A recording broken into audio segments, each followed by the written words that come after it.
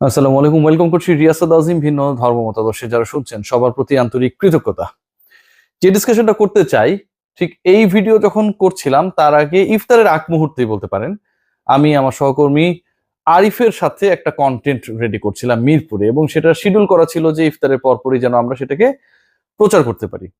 আলোচনার বিষয় যেটা ছিল বিভিন্ন মাধ্যমে জানার পরে, যে সাকিব আল হাসান তিনি যে তার বোলিং অ্যাকশনে তৃতীয়বার পরীক্ষা দিলেন বা মেকানিক্যাল টেস্ট, সেই পরীক্ষায় তিনি উত্তীর্ণ হয়েছেন, এবং এই বয়সেও সাকিব আল হাসান নিজেকে রিলেভেন্ট রাখার জন্য, অ্যাভেলেবেল রাখার জন্য যে চেষ্টা করছেন, সেই ডেডিকেশন নিয়ে কথা।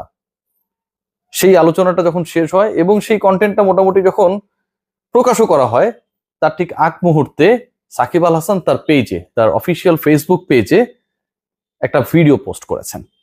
যেই ভিডিওটা 1 ঘন্টার মধ্যে 1 মিলিয়ন ভিউ হয়েছে। Definitely Shakib Al Hasan mega star, Shakib Al Hasan যে কোনো কিছু পোস্ট করলে সেটার প্রতি বাংলাদেশের মানুষ হুমড়ি খেয়ে পড়বে, খুবই স্বাভাবিক। সাকিব আল হাসান করেনি তো আমাদের জন্য, খেলেছেন আমাদের জন্য, তার কথাবার্তা আমাদের জন্য, এবং সবশেষ ভিডিও যেটা সেটা ডেফিনেটলি সাকিব ফ্যান্সদের জন্য। তাহলে ভিডিওটা কি?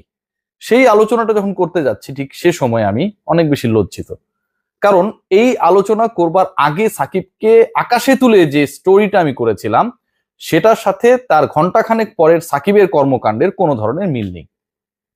সাকিব আল হাসান জুয়ার বিজ্ঞাপন করেছেন আবারও।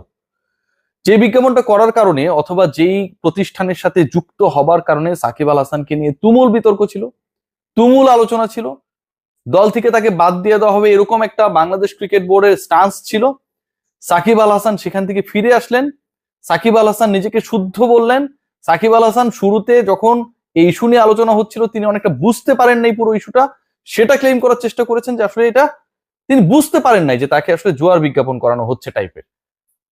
তার এজেন্ট হিসেবে যারা কাজ করে তিনি অনেকটা তাদের উপর দায় দিয়েছিলেন। এবার সাকিব আল হাসান সরাসরি, এর আগেরটা তো একটা স্টিল পিকচার ছিল, সরাসরি ভিডিওতে অংশ নিয়েছেন, পোস্ট করেছেন, ইন্সপায়ার করেছেন।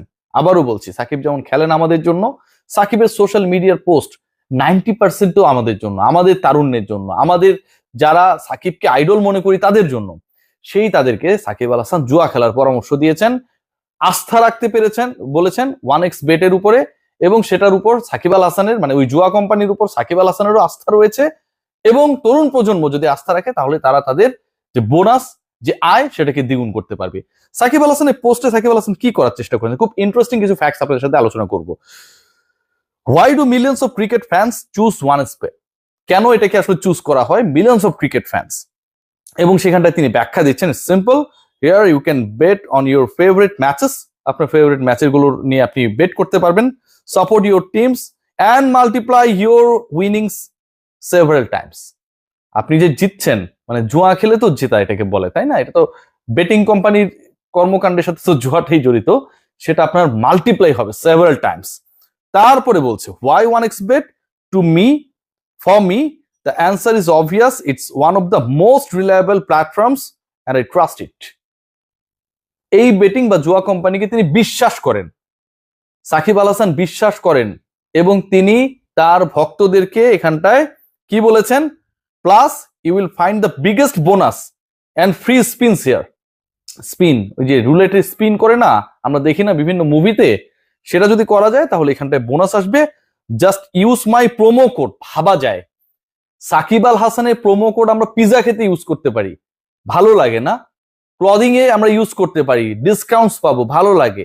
কোন একটা কোম্পানির ব্যাট কেনার জন্য আমরা সেটাকে ইউজ করতে পারি। সাকিব আল হাসান ভাই আমাদের আইডল, আমাদের প্রজন্মের সেরা ক্রিকেটার, তিনি বলছেন তার প্রোমো কোড ইউজ করতে, SH75VIP to double your bonus fine registering. Sakib Al Hasan তার নামে যে প্রোমো কোডটা রয়েছে সেটাকে ব্যবহার করতে বলছেন, SH75VIP, তাহলে আপনার বোনাসটা ডাবল হয়ে যাবে ওয়াইল রেজিস্টারিং, যখন আপনি নিবন্ধন করবেন। আমার কাছে পুরো ব্যাপারটা খুব আনএক্সপেক্টেড লেগেছে, এবং বাংলাদেশের মানুষ এই ধরনের কর্মকাণ্ডকে, সাকিব আল হাসানকে আমরা ক্রিকেটার হিসেবে যে জায়গায় রাখি, কর্মকাণ্ডে সাকিব আল হাসান আসলে পুরো সম্মানটা আমাদের আমাদের তার প্রতি ভালোবাসা, ফিলিংসকে একদম পায়ে পিষ্ট করে দেন ভাই মুহূর্তের মধ্যেই।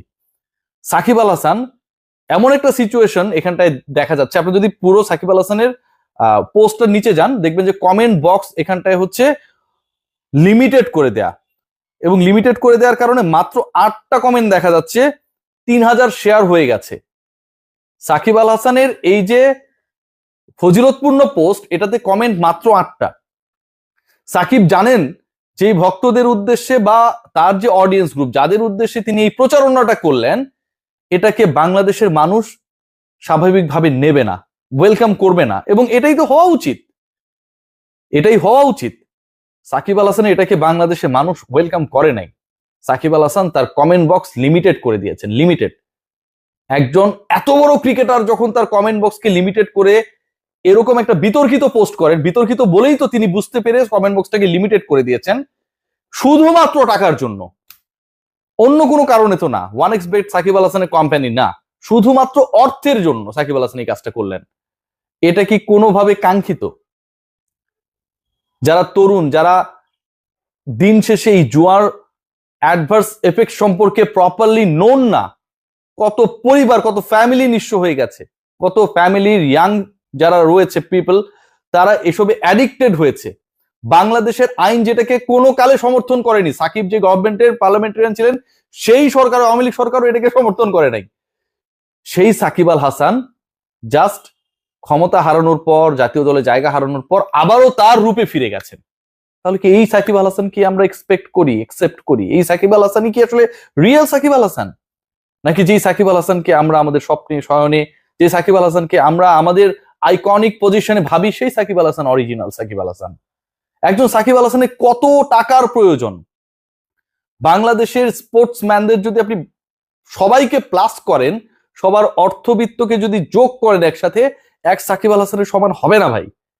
একজন সাকিব আল হাসানের কত অর্থের প্রয়োজন, কত টাকার প্রয়োজন, যে কারণে তিনি, যারা তাকে আইডল মানেন, সেই তরুণ প্রজন্মকে পথভ্রষ্ট করার জন্য জুয়ার বিজ্ঞাপন তার সোশ্যাল হ্যান্ডেলে, অফিসিয়াল সোশ্যাল হ্যান্ডেলে পোস্ট করতে দ্বিধাবোধ করেন না।